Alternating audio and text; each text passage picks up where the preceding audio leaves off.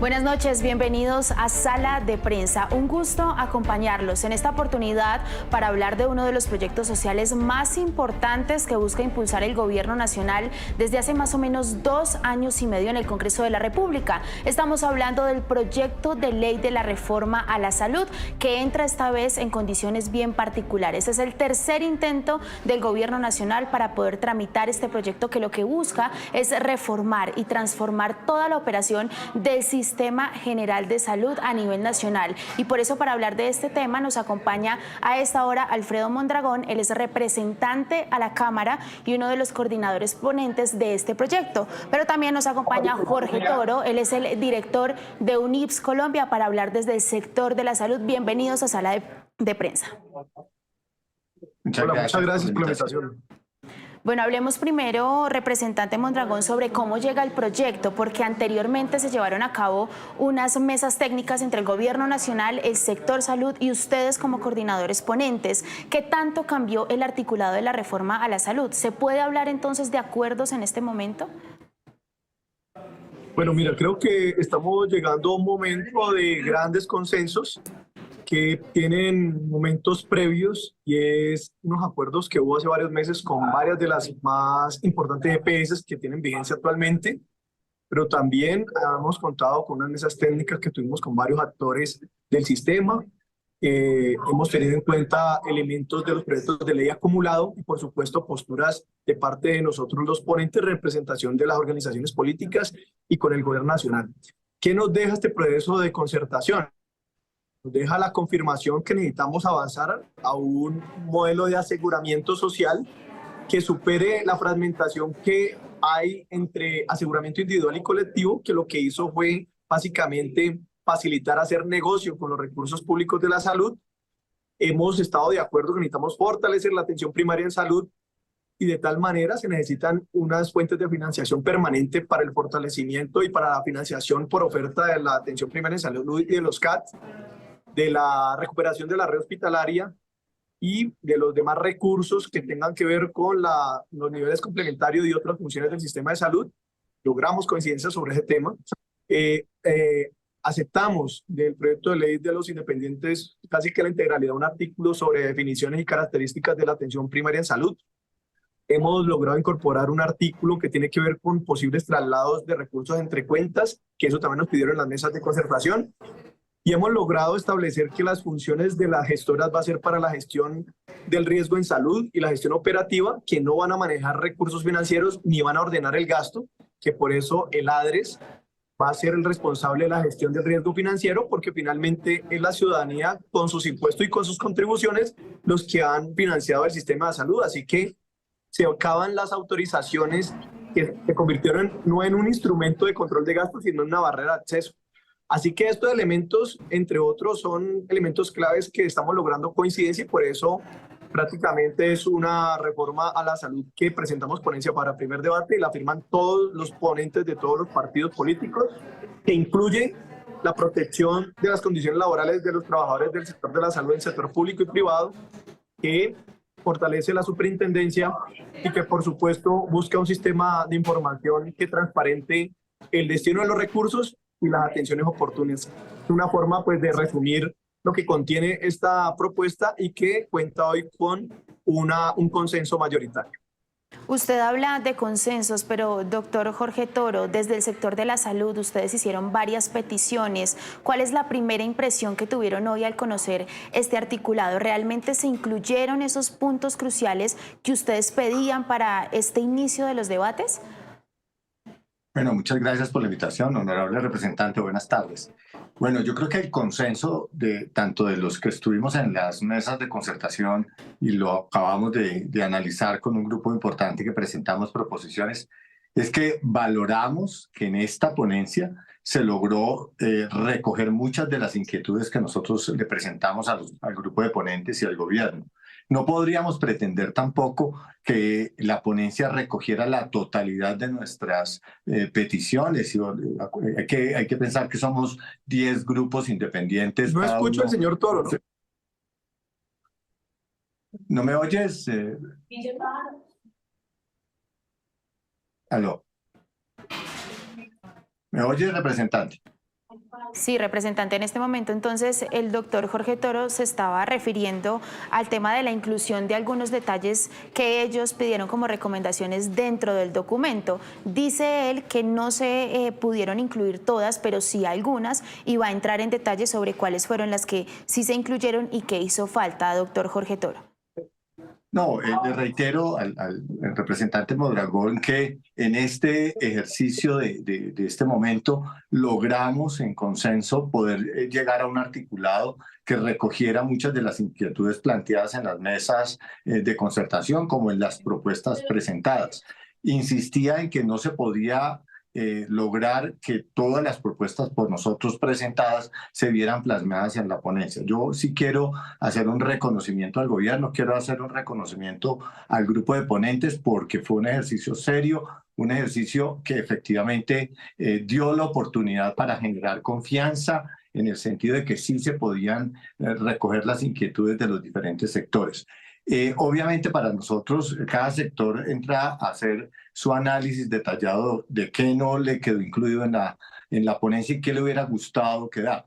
Nosotros los prestadores pues valoramos muchísimo muchos de las que quedar en el Consejo Nacional de Seguridad Social en Salud, todo el tema del giro directo que para nosotros es supremamente importante, pero pues hay inquietudes que se irán aclarando o mejorando en la discusión en la ponencia y es todo este tema de la contratación, cómo vamos a ser contratados los de mediana y alta complejidad, si va a ser la intervención que tienen los entes territoriales en este proceso de contratación, de la red prestadora, pero diríamos que en ese orden de ideas planteamos como positivo que se nos está escuchando y que logramos que el consenso se vean plasmados los artículos en el proceso.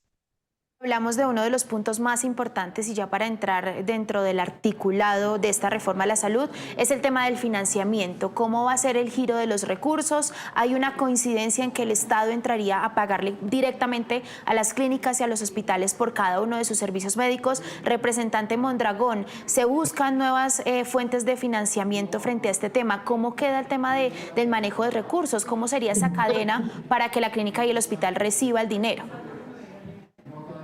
Bueno, una de las grandes fallas del actual sistema y que cada vez se agudizan más es que el Estado, a través de los impuestos y las contribuciones de los colombianos y las colombianas, financia el sistema de salud, pero le entrega esos recursos principalmente a unos intermediarios financieros que llaman hoy EPS.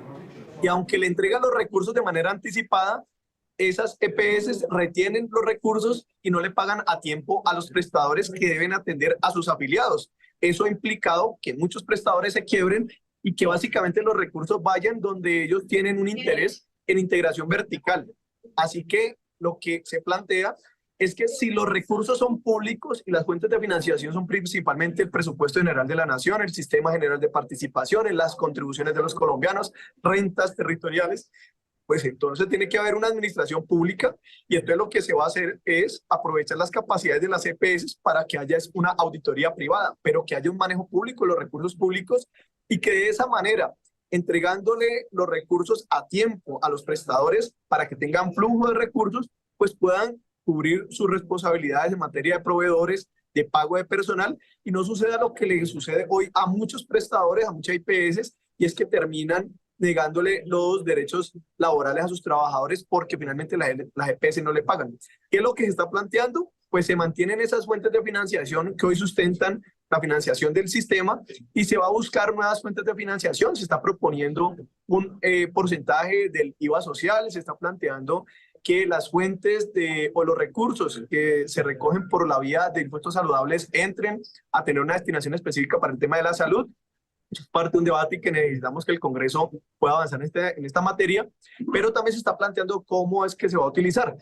Las EPS que se transformen en gestoras no van a manejar los recursos financieros ni van a tener definición del gasto, no van a hacer definición del gasto, por lo tanto el ADRES, que es una institución que ha venido consolidando hace 10 años, pues va a tener la responsabilidad de hacer reconocimiento de cuentas y va a tener entonces la responsabilidad de pagar directamente a los prestadores sobre la base de un sistema de información público unificado interoperable para que transparente los procesos, pero también sobre un régimen tarifario que permita de que los precios o los costos o el valor de las tecnologías de salud no terminen disparándose, porque eso desangra al sistema de salud. Así que creo que es un avance muy importante y es uno de los principales temas de acuerdo que hay, que no es posible que, si queremos hacer un cambio para favorecer el derecho a la salud, los privados sigan manejando los recursos y sin dar cuenta de ellos, como ha pasado durante todas estas décadas. Son billones de pesos los que se han despilfarrado, los que han ido seguramente al azar, algunos avivatos, y que simplemente liquidaron esas EPS y nunca respondieron por recursos billonarios. Así que nosotros necesitamos garantizar que esos recursos se sepan quién los tiene, a dónde van, y que no se los terminen llevando para funciones aparte de las que debe hacer, que es el derecho a la salud. Usted menciona algo importante y es el tema de manejo de recursos sin que las EPS o futuras gestoras intervengan. Doctor Toro, ¿cómo ven esto? ¿Cómo ven el impacto? ¿Cuál sería el impacto en la prestación de servicios? Porque entran las secretarías de salud a hacer equipo con las gestoras para articular todas las clínicas y hospitales que van a atender a los pacientes, pero al mismo tiempo la gestora va a hacer auditoría, pero al mismo tiempo no va a recibir el recurso, sino que les van a pagar directamente desde ADRES. ¿Qué impacto podría tener esto en las finanzas y en el funcionamiento de los hospitales y las clínicas? Bueno, el giro directo es una figura que viene operando desde hace un tiempo. Ahora con el giro directo en el régimen contributivo, el pago que se viene haciendo por parte del ADRES a toda la red prestadora ha mejorado el flujo de caja. No era lo que esperábamos, pero efectivamente sí ha mejorado el tema de caja en las prestadoras. La inquietud que tenemos con relación a cómo viene planteado en la reforma, valoramos que los pagos nos los haga directamente el ADRES previo a un ejercicio de auditoría. Nosotros, los prestadores, no nos oponemos a que efectivamente lo que nosotros prestemos sea auditado, y así que las gestoras harán ese proceso de auditoría y serán ellas las que lo notifiquen al ADRES cuál será el valor a reconocer después del proceso de auditoría, y el ADRES entrará a reconocer. Yo creo que en eso no hay discusión y valoramos el artículo en su totalidad. La preocupación es la entrada de más actores en la definición tanto de la red de prestación de servicios regionales como en la gestión de los contratos y de la misma red. Ahí sí todavía hay inquietudes que esperamos en el proceso de discusión tanto en la comisión como en los diferentes estadios podamos ir aclarando esto y que esto pueda quedar más detallado. Eso sí nos angustia un poquito a los prestadores, que lleguen nuevos actores a definir cómo es el contrato, cómo se contrata, el tema tarifario, el no tema tarifario, la contratación de los CAPs, luego la contratación de mediana y alta complejidad, que entren una secretaría territorial a objetar o no objetar el contrato. Hay todavía inquietudes que obviamente iremos aclarando y mejorando en el ejercicio de la discusión. Doctor, ¿cómo cambiaría ya con este panorama la atención al usuario? Si hoy las personas se preguntan qué traería esta reforma, estarían afiliados a una gestora de salud y vida, que actualmente se llama EPS, las que decidan quedarse, pero también adscritos a un centro de atención primaria en salud. ¿Qué pudieron acordar sobre esta transición ustedes en las mesas técnicas? Bueno, en las mesas técnicas se habló bastante del tema de los CAP, la adscripción que obviamente se tiene que hacer de todos los asegurados a estos CAP. El gobierno plantea que la adscripción es para la georreferenciación y la atención que pueda tener el usuario para ser atendido en el sitio más cerca, en el CAP más cerca, ¿cierto? Conformado con una red que se establecerá en los CAP, porque acordemos que los CAP van a ser públicos, privados y mixtos. Y esa adscripción, diríamos que es la puerta, diríamos es la llegada del usuario a un ente geográfico donde pueda manejarse su atención en primer nivel. Serán estos CAPs, en compañía de los otros actores, los que entran a manejar la movilidad del paciente entre la mediana y alta complejidad. Ahí sí nos preocupa un poquito cómo va a ser la movilidad del paciente entre la baja y la alta complejidad a nivel de ruta de atención del paciente, a nivel de la contratación de la red, y a medida que el usuario vaya necesitando servicios o regrese nuevamente el tema de referencia y contrarreferencia. Pero diríamos que en el tema de la movilidad del paciente hay que mejorar un poco, diríamos, darle claridad al cómo va a ser este ejercicio de la movilidad. La red, acordemos que la define el Ministerio de Salud a través de las regiones ya planteadas en el ejercicio. O sea que aquí ese es un tema que todavía nos preocupa en el cómo, en el detalle. que nosotros como prestadores vayamos a tener con el usuario, desde la mediana y la alta complejidad, con un contrato en el CAP, definiendo toda una atención de primer nivel. El articulado y el proyecto mejora muchísimo ese concepto de qué es lo que se le va a atender o cuál va a ser como la atención en el CAP, y obviamente la atención o la ruta que va a tener el paciente en la mediana y alta complejidad a través de su movilidad. Pretendemos que la red esté conformada, ojalá, y es una de las pretensiones que tenemos nosotros los prestadores, y es que ojalá, como lo hemos planteado en diferentes escenarios, las redes, las IPS, sean contratadas las de la región, que el paciente tenga que migrar solo a aquellas especialidades muy de alto costo, muy complicadas en el manejo, que no tenga el portafolio de servicios de la red en la región. Sí, doctor, quedan ustedes, y ya para ir finalizando con la parte del sector, ¿queda el sector tranquilo con estos pequeños detalles incluidos, teniendo en cuenta que el gobierno mantuvo esas líneas rojas? ¿Cuál sería su conclusión antes de que inicien los debates? Bueno, yo creo que tranquilos en el sentido de que hay una muy buena intención del diálogo, que hay tranquilos en el sentido que se nos está escuchando, tranquilos en que vamos a poder, o sea, es que la discusión no cerró ahorita con la radicación de la ponencia, diríamos un documento de inicio donde vamos a tener la oportunidad de seguir planteando nuestros criterios, de poder ir mejorando en lo posible la redacción del articulado. Entonces, en eso estamos tranquilos, seguimos con inquietudes, no podemos decir que no tenemos inquietudes, igual hay que tenerlas, que esperaremos sean resueltas en el ejercicio mismo de la votación. Gracias, doctor, por este tiempo aquí en Sala de Prensa. Gracias. Ahora vamos a saludar al representante de la Cámara, Alexander Quevedo, también uno de los coordinadores ponentes de este proyecto de reforma a la salud. Representante, muchas iniciativas quedaron sobre la mesa, unas se están plasmando en este articulado. El doctor Jorge Toro dice, esperamos seguir construyendo este diálogo. ¿Cuál es la posición en este momento de los ponentes?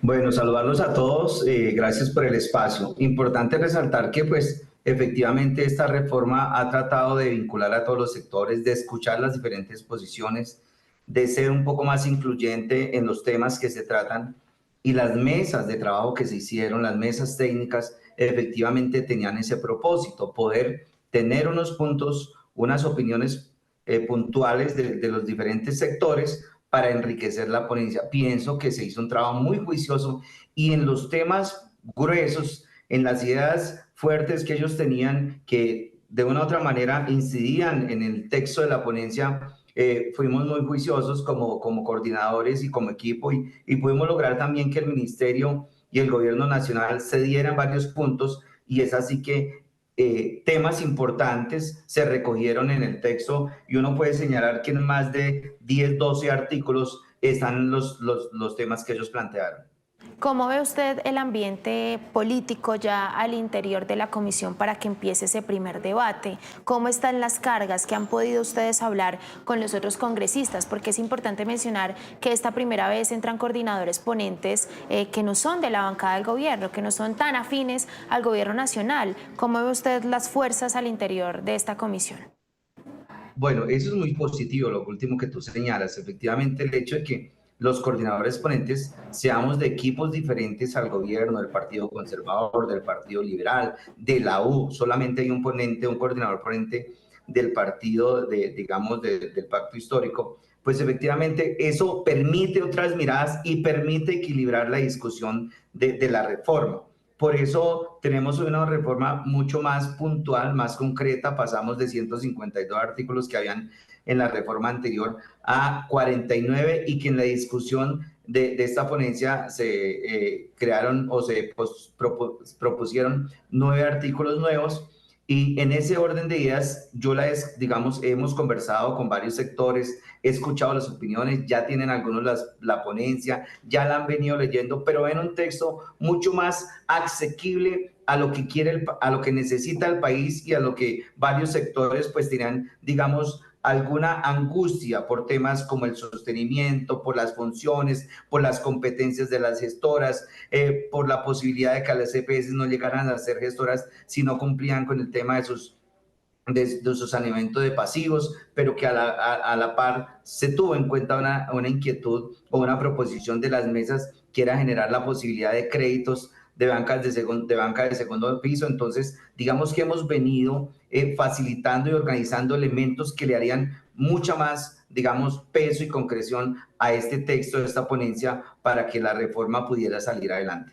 Representante, ya para lo que viene, ¿están dispuestos a volver a escuchar a estos gremios, a seguir haciendo modificaciones?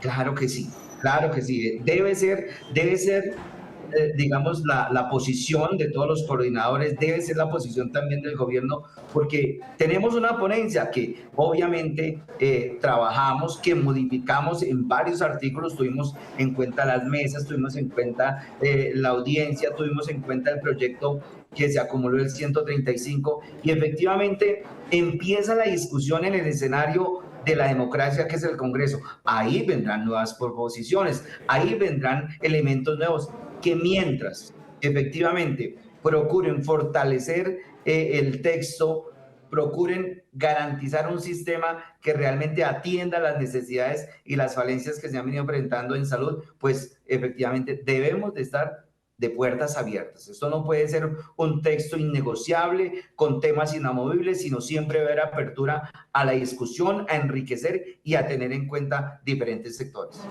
Gracias, representante, por estar aquí en Sala de Prensa estos minutos. Bueno, perfecto, cordial saludo. Hasta luego. Así entonces damos por terminado este análisis sobre el proyecto social que se avecina en el Congreso de la República, una nueva reforma a la salud, tercer intento del Gobierno Nacional en el Congreso para sacarla adelante, importante. Vuelve a iniciar todo el proceso que después de 2 años no ha podido ser posible. Se vienen 4 debates, 2 en la Cámara de Representantes y 2 en el Senado de la República para sacar adelante este proyecto. El Gobierno sin duda no descarta que sea tramitado con mensaje de urgencia para poder sacarlo adelante en esta legislatura. Esto fue Sala de Prensa. Feliz noche para todos.